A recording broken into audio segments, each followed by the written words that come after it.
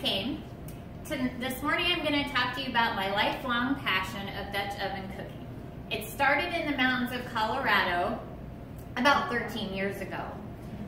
When I heard that bell ringing, and actually it was a huge bell, and you could hear it for about a mile around, and a whole bunch of young boys would come running, and they knew that there was something good about to happen.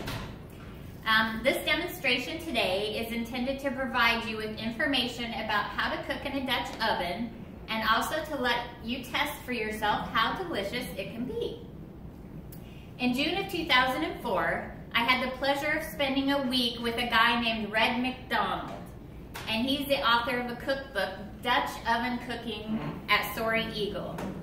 Cooper was in Scouts, and I always went on campouts with him. We've been to places like Wyoming, Colorado, Utah, and I loved it. I loved spending time with the boys, and I love outside. While the boys were in class, I would spend my days with Red. Red is what everybody called him. He was about an 80-year-old guy. He would cook one recipe after another all day long. His Dutch oven setup was about 10 times as long as mine was, and he would cook one recipe after another. He would even cook like whole meals. So when he cooked things, he would stack the Dutch ovens on top of each other, 10 high. And on the bottom layer would be the meat, and then he'd have the potatoes in the middle, and then he'd have the dessert on the top. It was really cool to watch.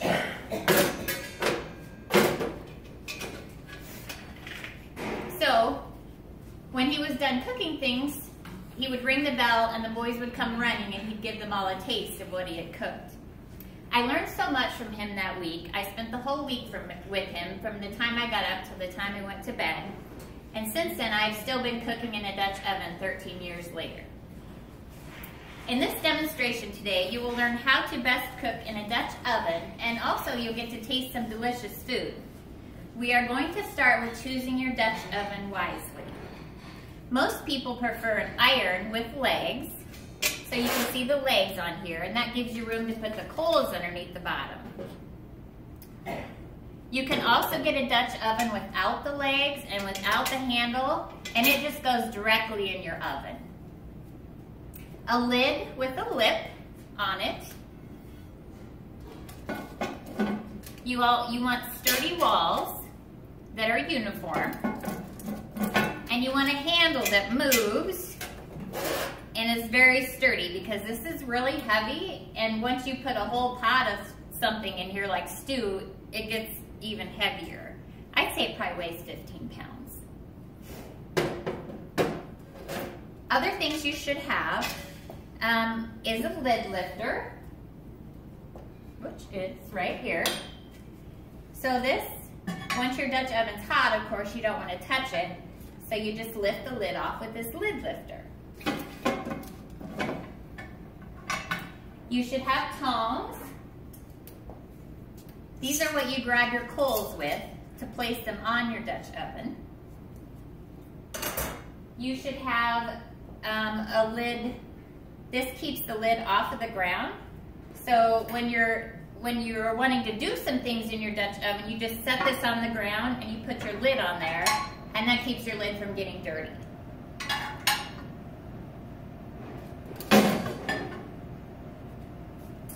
And last, a good pair of mitts so you don't burn your hands.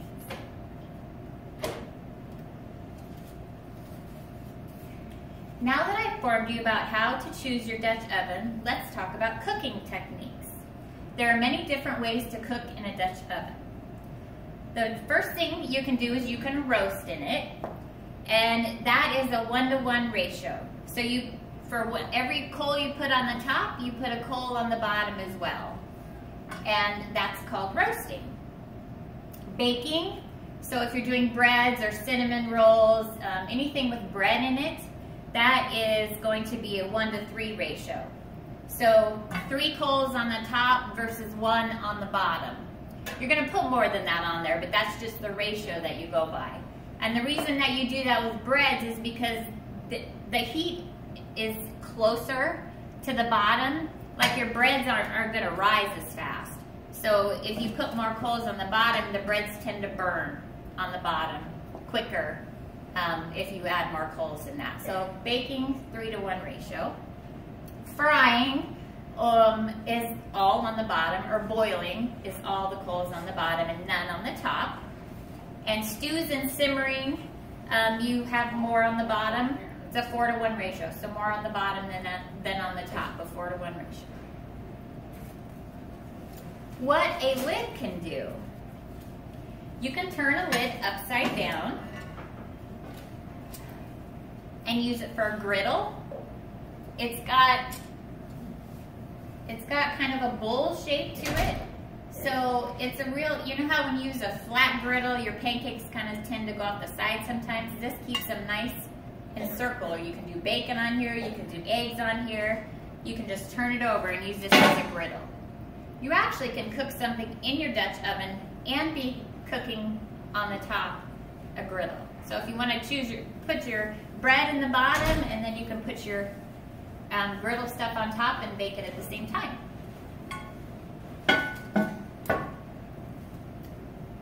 Now, that may all have been a little confusing. So here's an easy way to remember. Most things are cooked at 350 degrees. So you take however big your Dutch oven is. So I have a 12-inch Dutch oven. There's also 10, there's 9, there's a whole bunch of different sizes. If you want to cook at 350 degrees, you add 3 to the 12. So that means I'm going to put 15 coals on the top, and you subtract 3 from 12 for the bottom. So I'm going to put 9 coals on the bottom. That's going to give you about 350 degrees. Now, of course, there's a lot of variables to that. Depends on how cold it is outside.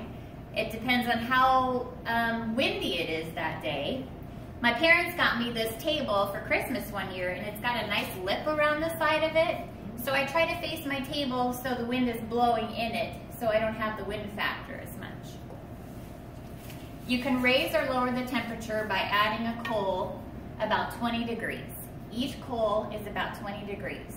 So if you want to raise the temperature, sometimes I have to do that because my timing's a little off and I need it to be done by a certain time, I'll just add more coal.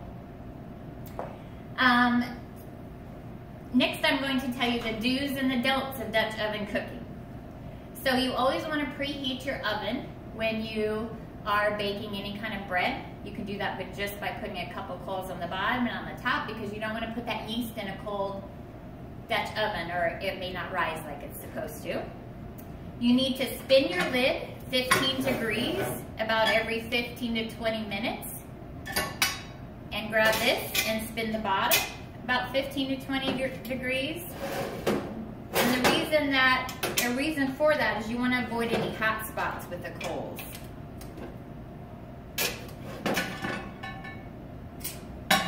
You need to start the charcoal about a half an hour before you're ready to put your food on, because the charcoal has to be a nice gray ashen color for it to cook at that degree that you want it to.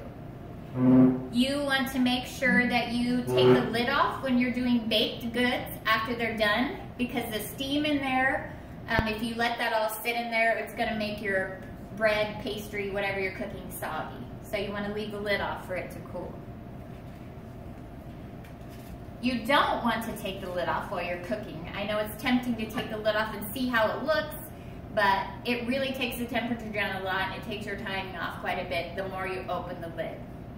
You can tell if it's done, if your timing's a little off, by how it smells. You'll be able to smell it coming out of the sides of the Dutch oven. Lastly, don't ever use soap on a Dutch oven. You use water and a brush to clean it. Dutch ovens have pores, and the soap will, it'll absorb into those pores, and after a long time, the seasoning of it will start to taste like soap, and you don't want that. Now that you're more knowledgeable about how to cook in a Dutch oven, let's get to it. The last thing I'm going to do today, but definitely not the least, is demonstrate how to cook in a Dutch oven. I'm going to be making caramel apple pie in a Dutch oven, which you will have, it'll be done by the time dinner's here, or lunch, whatever you call it, and you'll get to have it. So preparing, you want to put your coals in a chimney, and I already have some started outside.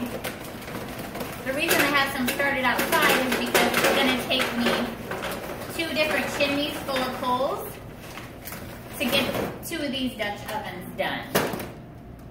They have to cook about an hour, and your coals only last about 40 minutes before they start to lose their heat, so I'll have to replace them.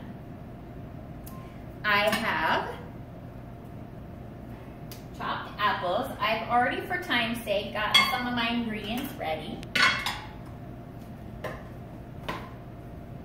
So the first thing I'm going to do is put the parchment paper in. I don't always use parchment paper. It depends on what I'm cooking and how I feel like it's going to stick to the bottom of the pan. Parchment paper just makes it easy. This is going to come out like kind of like a bread, a dessert bread. So I'll be able to just lift the parchment paper out when it's done. So I have parchment paper in both of these. The first thing that I'm going to do is I'm going to put the cinnamon rolls on the bottom. I've measured these out already. I've taken a cinnamon roll and I've cut it in 4s. And that's going to be your base on the bottom. You just want to kind of get them in a uniform placement. As I'm sure most of you are like this too, I'm not really a good measurer. I'm more of a try it and see. The more brown sugar, the better. The more cinnamon, the better. The more cream cheese topping, the better.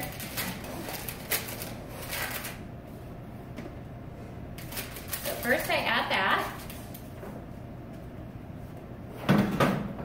Next I have apples. I have pecans chopped up that I'm going to put in the apples.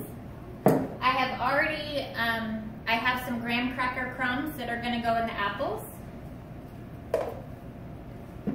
And I have brown sugar that's going to go in the apples. So I'm going to mix all that up with the apples. I used 4 Granny Smith apples. And I'm going to put the apples on top of the cinnamon rolls.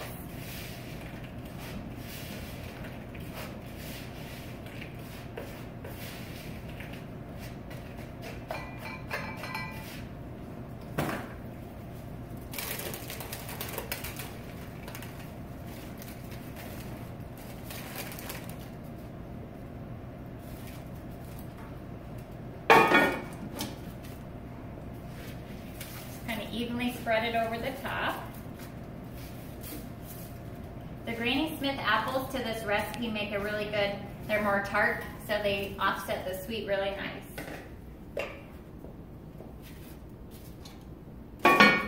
Make sure your lid is on good.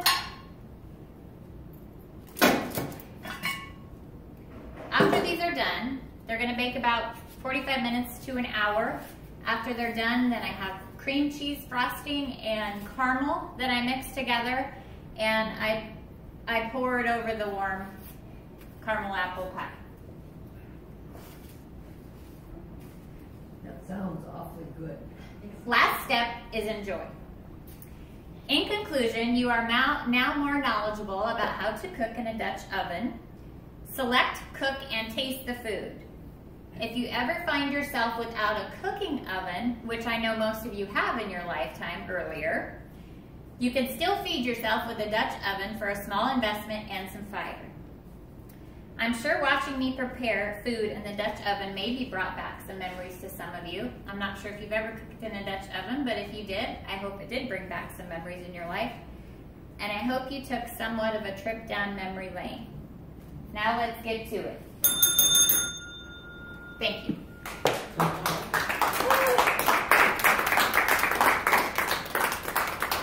Okay.